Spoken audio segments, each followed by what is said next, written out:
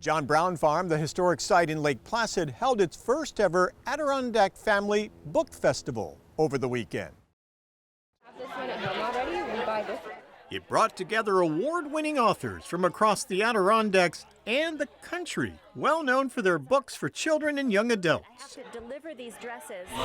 When we started planning this back in January, it was our hope, it was our wish that it would be so joyful and nourishing. Along with the book festival, John Brown Lives also launched a new website over the weekend dedicated to collecting and sharing the experiences of those who have worked for human and civil rights. The Freedom Story Project includes powerful narratives from the storytellers. It is part of a national storytelling project that has grown out of a simple idea that started at the Keene Valley Library a few years ago, that has collected hundreds of audio recordings about life in the Adirondacks, including from families who survived Hurricane Irene 11 years ago.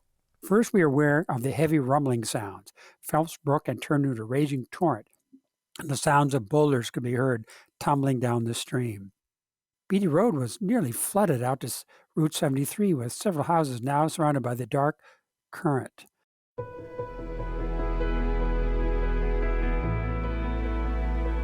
Jerry Huntley is one of the organizers of this multi-year local history project and joins us. Welcome, it's good to see you. And thank you for inviting me. Was this a model that other communities had used in the past, and did folks in Keene think this would be a great way to preserve and chronicle and share the community's history? Most oral histories and most libraries, like the Keene Valley Library that sponsored the project, Adirondack Community, they have hundreds of hours of long oral histories that sit on the shelf gathering dust in technology that's gone, but they have oral histories. This was different. We take 3 to 5 minute stories, just audio, not edited. We use a platform called Memoria, where we upload a few photos, often from the Keene Valley Library's archives, and they scroll as you listen to the audio. So you think you're watching a sophisticated video, but it's really just someone having a little conversation with me for 5 minutes. And then they get popped on a website right away. And part of the reason we did it at the Keene Valley Library, and this is really universal for communities across the country, was that we wanted to get that history that would be gone if we didn't capture it in today's media. We have so much history in the town of Keene, and we have a population that skews old, like most rural places in the United States. And we felt that it was important to get those stories, mostly from our older population, in a media that young people would listen to, helping them appreciate their community, hopefully be kinder, and recognize that this was a great community to live in and volunteer in. It was very important, and continues to be, to get the stories of our oldest residents. And preserve them. And preserve them, because they are preserved online in an accessible manner. Was the focus initially to collect stories from the people who had been through Hurricane Irene, the tropical storm that was incredibly destructive, damaged a lot of homes, destroyed homes? Keene, one of the communities in the Adirondacks, right, particularly hard hit by this. When this started, was that the idea that let's gather those stories? The Irene stories were very powerful, and that was during the 10-year commemoration of Irene, and we learned so much about it, including lessons for the future. But what we did was, before we started this project, we had focus groups of local residents, and we asked them what kinds of stories would be relevant in this specific community. And out of those focus groups came our categories. One was catastrophes, and that's where the Irene stories are. But there were categories like people, work, natural and man-made environment, arts and culture. And so we collected stories in those categories. The Irene stories were put into podcasts. You know, in an area like ours where we don't have consistent internet, we had some questions from people who couldn't just go to the website and listen to the stories. So we started combining stories into podcasts with narration and music, and they're downloadable from the website.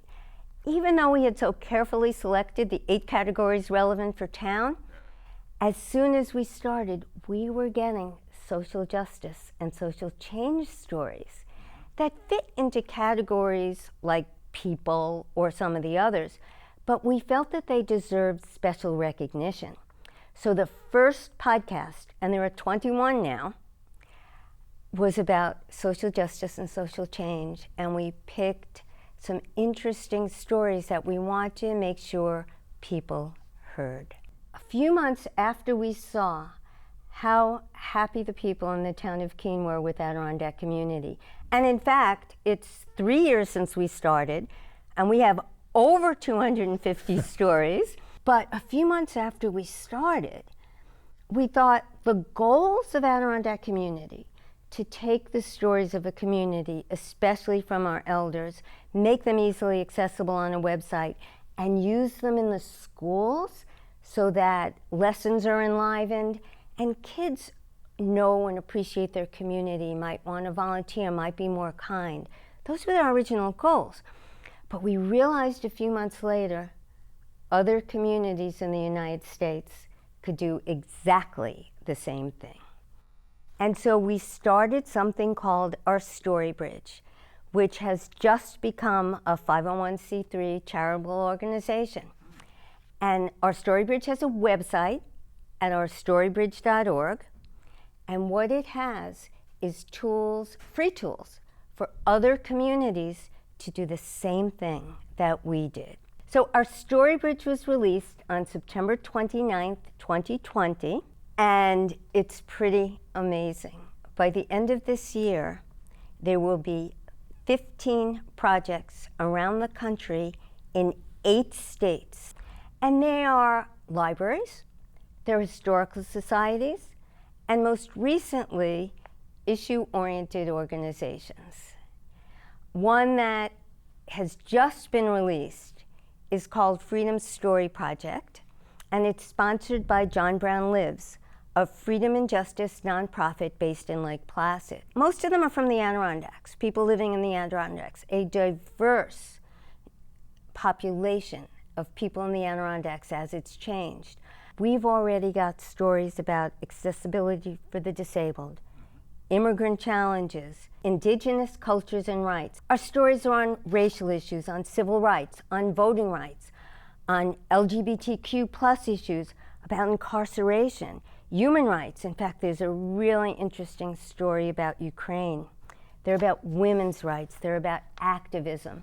The Freedom Story Project is at freedomstoryproject.org, and we are really excited about using this as a tool for education around the country, but also to show the role of the Adirondacks in these issues, which a lot of people don't understand.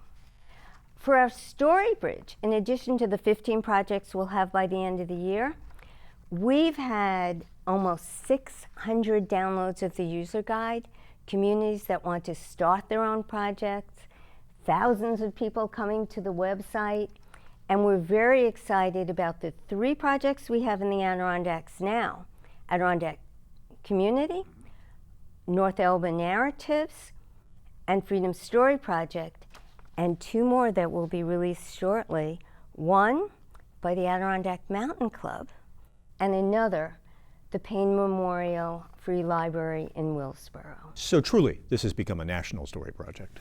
This has become a national story project. From Alaska to Madras, Oregon, Kentucky, Pennsylvania, Utah, all across the country. So the Freedom Story Project that you talked about, focusing on the issues of today, stories and struggles of today, or does it look back at the history? Does it go way back to the history of John Brown? Does it look at Timbuktu? Does it look at a number of issues that date back centuries? You know, I never knew about Timbuktu and how people in the Black community could vote if they had a certain dollar value of property, and how Garrett Smith gave land and people came up and then could then vote. We've even talked about an excavation in Lake Placid to find some of the remnants of Timbuktu. But I also never understood that the Underground Railroad came through here, sometimes up Lake Champlain through Vermont and crossing, sometimes straight up. When the slaves were told, follow the North Star, they followed the North Star through Vermont and New York, and that got them up to Canada. So there's so much history here. We have those stories. I knew the town of Keene has wonderful people in it. I never thought they would rally around this to the extent they have. It's the storytellers that make this happen, and it's the storytellers around the country who are allowing this to grow. And Jerry Huntley, our thanks to you for coming in and sharing this with us today. We appreciate it.